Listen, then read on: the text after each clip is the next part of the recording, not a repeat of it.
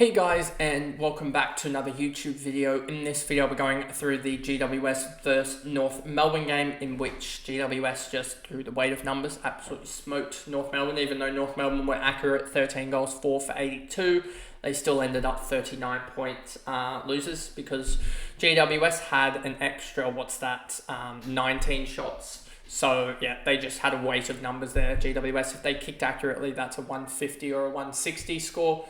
And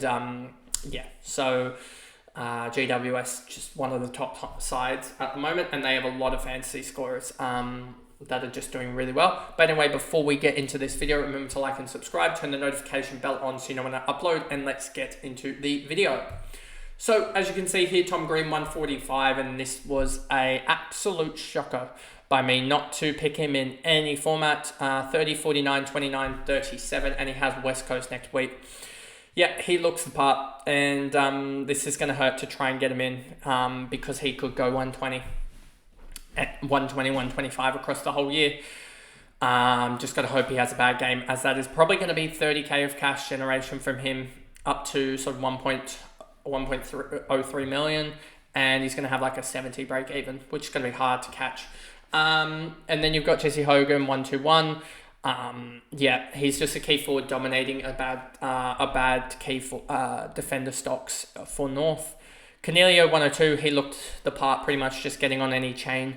Josh Kelly 102 in his 200th game, he looked pretty good as well. Not as noticeable, I don't think, as Cornelio, but he did his part. Riccardi, an absolute jet early. It was like they forgot he was actually playing. He had like 2 or 3 marks where he was in the forward 50 uncontested. Whitfield got to 100, but had a shocker of a last quarter. If he had just done something in the last, I would have had my VC sorted. As you can see here, 36, 25, 29. If he just gone sort of a 25 in the last quarter, that would have been a 115, and that would have been sorted. But I get to fall back on Bond anyway.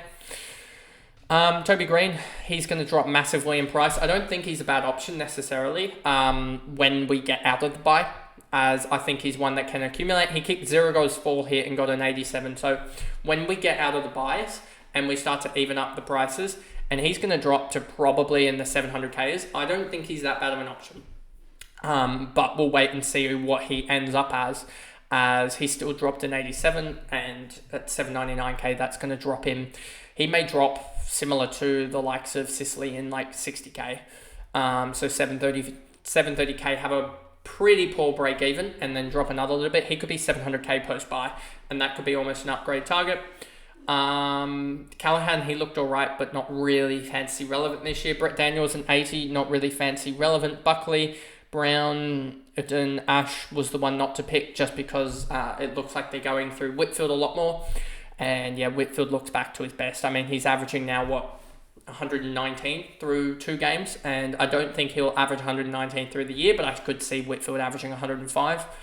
Himmelberg 62, Perriman 56, Cabman 56, more a Supercoach pick than a fancy pick. I think he scored 72 in Supercoach, so his Supercoach score is going to be, he's going to make a lot of cash quickly in Supercoach. But AFL fancy wise, he's going to jump probably 40k as well. So he may get up to the likes of he may get up to, let me actually check stats by Jaden here. Let's actually check Cadman's, what's he going to jump?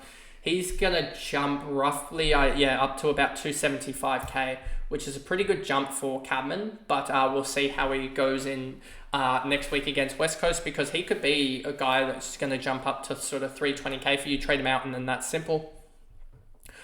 O'Halloran, Weird, Taylor, Briggs, Thomas, Bedford, and Haynes. No one else here really fancy relevant at all.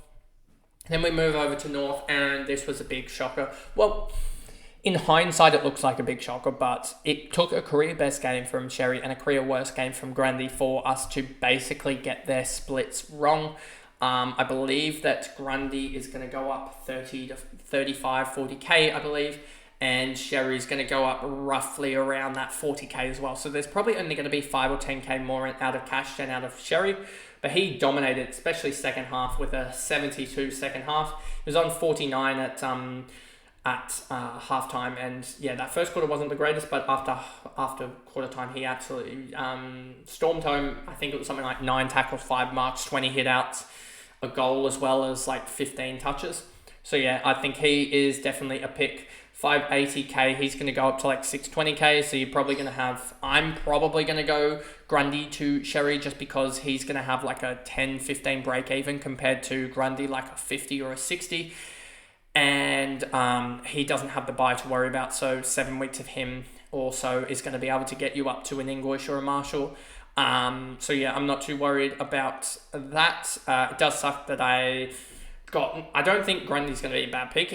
The timing of it didn't really work out. So I know a lot of people are going to jump on that and say, there's going to be a lot of hindsight merchants. But yeah, it's not the end of the world for the people that had Grundy. It's just that, you went for the safer option and sort of doomsday happened and you got to switch to Sherry for the cash gen reasons. As I said in the previous video at the start of it, you hold firm on your premiums at the moment, but you jump ship on cash generating assets, and one of those is the Grundy Sherry R2 option. And I would be jumping ship now to Sherry just because of that low break even, and you can upgrade out of you can upgrade another or change around another rookie, etc., to get the best out of that, as you want cash generation is key at the moment. She's a 120. He was absolutely phenomenal.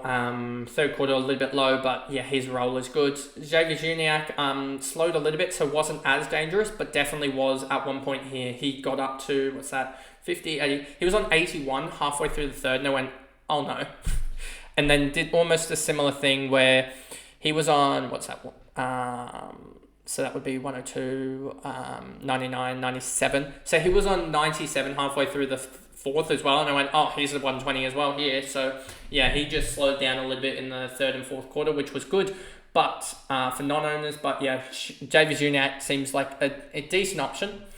McKercher's role is absolutely fine. He is look at this, 6, 12, 20 points in the space of 102 seconds. That is just ultimate sort of junk time, as well as here as well. You can just see his red time after 20 minutes. Look at him in each quarter. What's that? 12, 18, plus he had 50 points in red time out of his 94. That is ultimate junk time footy from McKercher, and that is exactly what you want. He's going to go at 50k, have a massive negative break even, and that is he's going to be the Harry Sheezel of 2023 again. Scott Powell's role is decent, so you could jump ship to him, but I don't think I will, to be honest. I don't think I see him really scoring big if you have Sherry, Sheezel, David Juniak, McKercher, and also probably the likes of a Fisher that are going to go big. So I don't think there's really much. And Wardlow was down as well. And you've also got the likes of a Lazaro to score as well. Fisher, 68, really good first quarter. So that showed me that he can score. Just really struggled in the second and third quarter to get some time, to get some disposals. But I'm not too worried about that, as well as Core, I think, had an absolute shocker with the ball, or whatever. Was it Core? Who's number 8? Or Scott? They had an absolute shocker with the ball. I actually want to check that, just to see. I wouldn't be surprised if it shows here that Fisher's probably had the worst of the ball use here. If we go to turnovers, Fisher 9 and 7. I said that Bailey Scott 5 turnovers, no clangers. Where was Core? Core's probably going to have nothing. 2 and 4 clangers for Core. So yeah, you can see Jesse Hogan. LDU actually had a really good game. Sherry up there as well.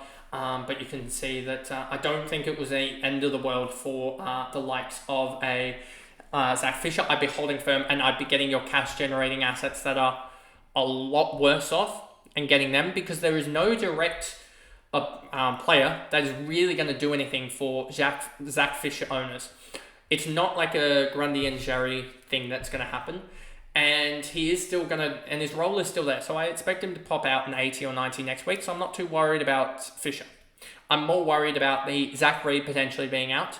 And also we lost Gota. They lost Gota for an injury, Achilles, out for the season. Absolute harrowing injury.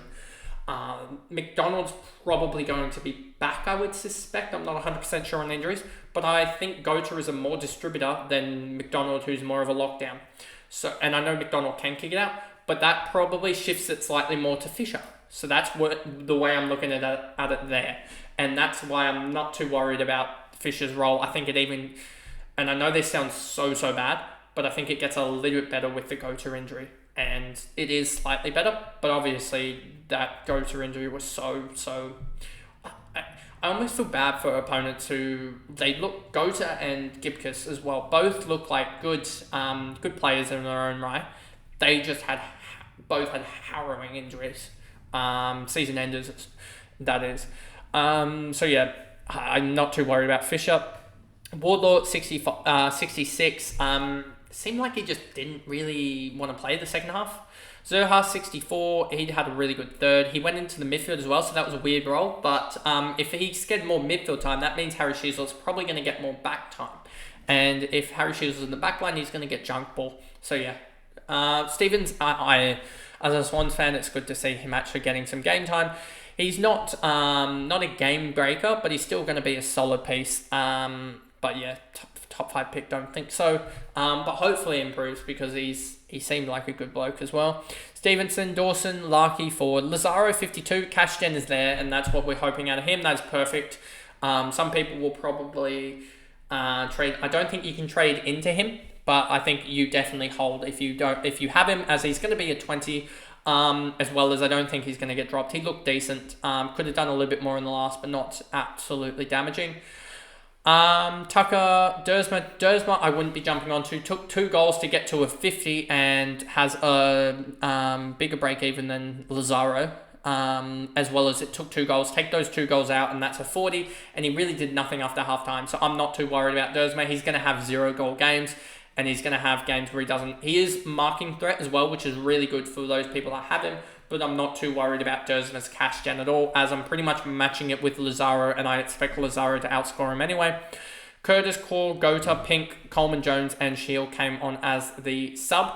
But anyway, that is pretty much the the GWS North Melbourne game, and I guess I will see you guys in the last recap of the round, which I don't know who it is, but we'll get to that video in due course, I guess. But anyway, I'll see you guys in that video. Bye, guys.